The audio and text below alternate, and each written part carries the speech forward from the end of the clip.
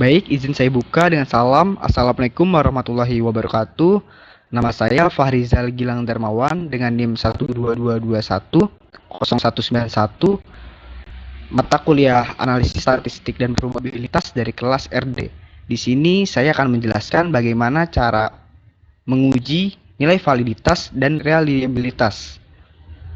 Di sini saya mendapatkan data di mana di sini sudah dikirimkan dengan file kelas RD NIM ganjil. Saya kelas RD dan NIM saya berakhir ganjil yaitu 191.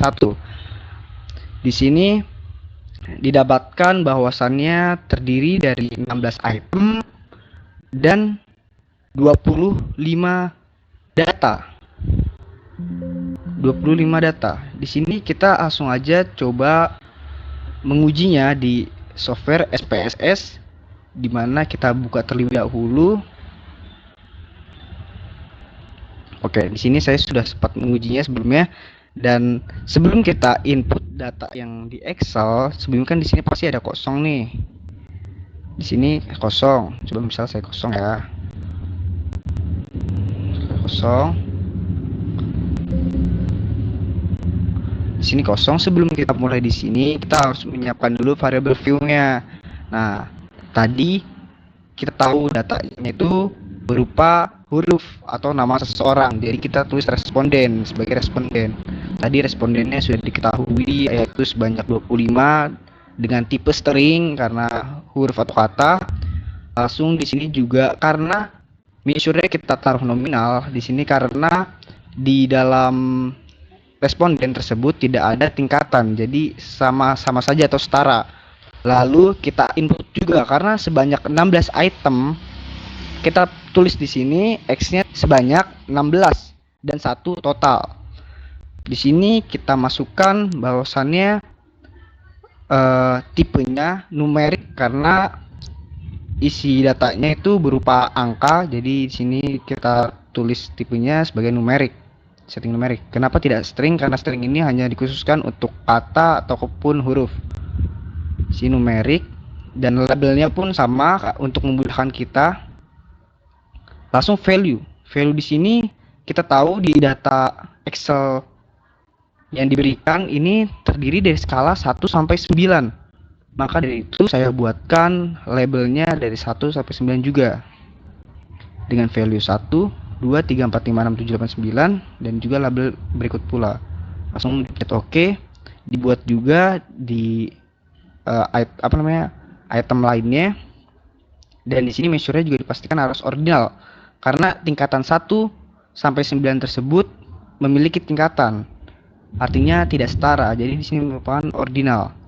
Setelah didapatkan dan ditulis variable view-nya, kita bisa langsung inputkan data di Excel ini. Kita copy saja.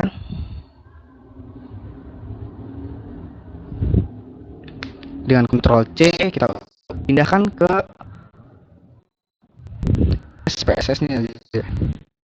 Dan Ctrl V. Nah, di sini kita bisa temukan, kita masukkan nih. Kita bisa langsung mencari uji validitasnya dengan correlate dan pivot.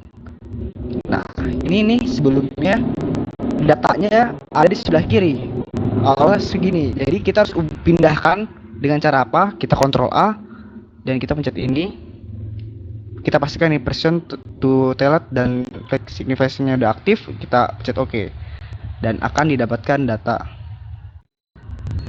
Nah, berikut datanya.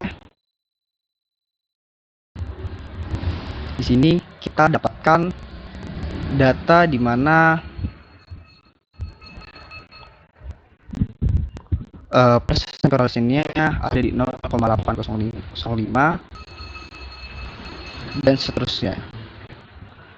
Kita juga bisa melihat tabel R di internet di mana kita menggunakan 25 data. Kita bisa lihat bahwasannya data yang kita gunakan itu, nilai yang digunakan yaitu 0,381. Di sini kita bisa lihat di mana data lebih besar dibandingkan 0,381. Jika data lebih besar dibandingkan eh, tabel R ini lebih besar daripada 0,381 ini, tandanya datanya valid. Dan juga kita bisa lihat bagian bawah di total stick to tail-nya di sini lebih kecil dibandingkan 0,05. Maka bisa dipastikan bahwasannya data tersebut valid. Oke, setelah kita menguji validitas, kita juga bisa menguji reliabilitas. Caranya, kita kembali ke data SPSS ini, kita juga harus mencet analis saja, scale, dan reliability analysis. Nah, sebelumnya ini masih kosong, cuma karena saya sebelumnya sudah mencoba, jadi sudah ada. Kita coba dihapus dulu ya. Nah, kita memasukkan hanya X-nya saja, tidak perlu memasukkan responden total. Jadi kita bisa masukkan dengan shift sampai X16 karena itemnya sebanyak 16. Kita masukkan. Jika sudah seperti ini, kita langsung pencet OK aja. Oke, baik. Di sini saya akan lanjutkan di mana saya akan menguji nilai reliabilitas di SPSS. Tadi sedikit terpotong karena kondisinya sedang hujan, jadi penerangan pun gelap. Jadi sini saya mendapatkan penerangan. Oke, lanjut aja di mana saya ini. Untuk menguji reliabilitas dapat dilakukan dengan cara mencet analyze, scale, dan reliability analysis. Oke, di sini sebelumnya sudah dijelaskan di mana sebelum itu data ada di sebelah kiri dan kita akan memindahkan ke sebelah kanan hanya saja X1 sampai X16. Responden dan total tidak perlu dimasukkan ke item. Di sini setelah selesai kita mencet OK. Di sini akan muncul di mana nilai reliability statistik. Di sini didapatkan reliability statistik sebesar 0,967, di mana 0,967 ini terhitung valid karena di atas dari 0,6. Oke. Berikut merupakan cara mencari atau menguji nilai validitas dan reliabilitas dengan menggunakan software SPSS. Setelah mencari dan menguji nilai tersebut, kita juga dapat menguji dengan metode Kramer. Caranya seperti apa? Kita bisa gunakan data sebelumnya ini, namun karena data di Excel ini hanya satu variabel, kita perlu menambahkan variabel lain seperti misalnya item ini kita bagi menjadi dua karena membuat datanya sebagai dua pengaruh. Caranya kita membuat totalnya saja langsung. Oke, di sini kita hide. Kan saya sebelumnya sudah membuat. Nah, di sini saya sudah membuat total di mana saya asumsikan nilai ini dari kolom C sampai kolom J. Jadi sebanyak ini merupakan dari variabel total Y dan item 9 sampai 16 merupakan total dari X. Nah, setelah kita sudah mengetahui dari dua variabel dan sudah mendapatkan datanya, ini saya hanya merata-ratakan saja dari sebanyak ini untuk per barisnya. Kita langsung pindah ke SPSS. Oke, lagi kita ubah bagian variable view-nya. Nah, karena ada bagian penambahan di datanya, kita juga perlu menambah variabel yang ada di SPSS. Saya telah membuat, jadi saya hanya perlu datanya.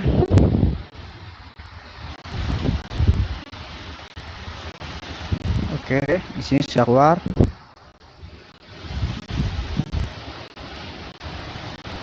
Oke, sini keluar ya. Di sini saya menambah menginput bahwasannya dua variabel tersebut merupakan kemacetan dan kendaraan, di mana saya membuat asumsi seperti apakah jumlah kendaraan mempengaruhi kemacetan yang ada di sebuah jalan atau lalu lintas. Di sini saya input kemacetan sebagai numerik, dan di sini saya tulis tabelnya tingkat kemacetan. Lalu di sini mesurnya saya gunakan sebagai skala, sebagai pengukuran atau perhitungan. Di sini juga kendaraan saya tulis numerik sama seperti kemacetan. Lalu di sini juga saya tulis di sini labelnya sebagai jumlah kendaraan. Setelah itu kita input saja datanya. Di sini saya sudah menambahkan data dari Excel terbaru tadi. Saya asumsikan bahwasannya kemacetan sebagai nilai Y dan kendaraan sebagai nilai X. Setelah itu, setelah sudah kita input di dalam SPSS, kita hanya saja perlu ke analyze, lalu kita perlu ke deskriptif statistik, lalu kita juga ke cross step. Nah, di cross step ini kita bebas mau menaruh tingkat kemacetan di sebagai row atau kolom. Misal saya masukkan ini ya, tingkat kemacetan sebagai row, ini sebagai kolom. Gak apa-apa, juga nggak masalah. Namun perlu diperhatikan settingan pada cross step-nya ini, kita sini pindahkan checklist P and Kramer-nya, dan ini juga langsung di continue, langsung juga di bagian sal. Nah, karena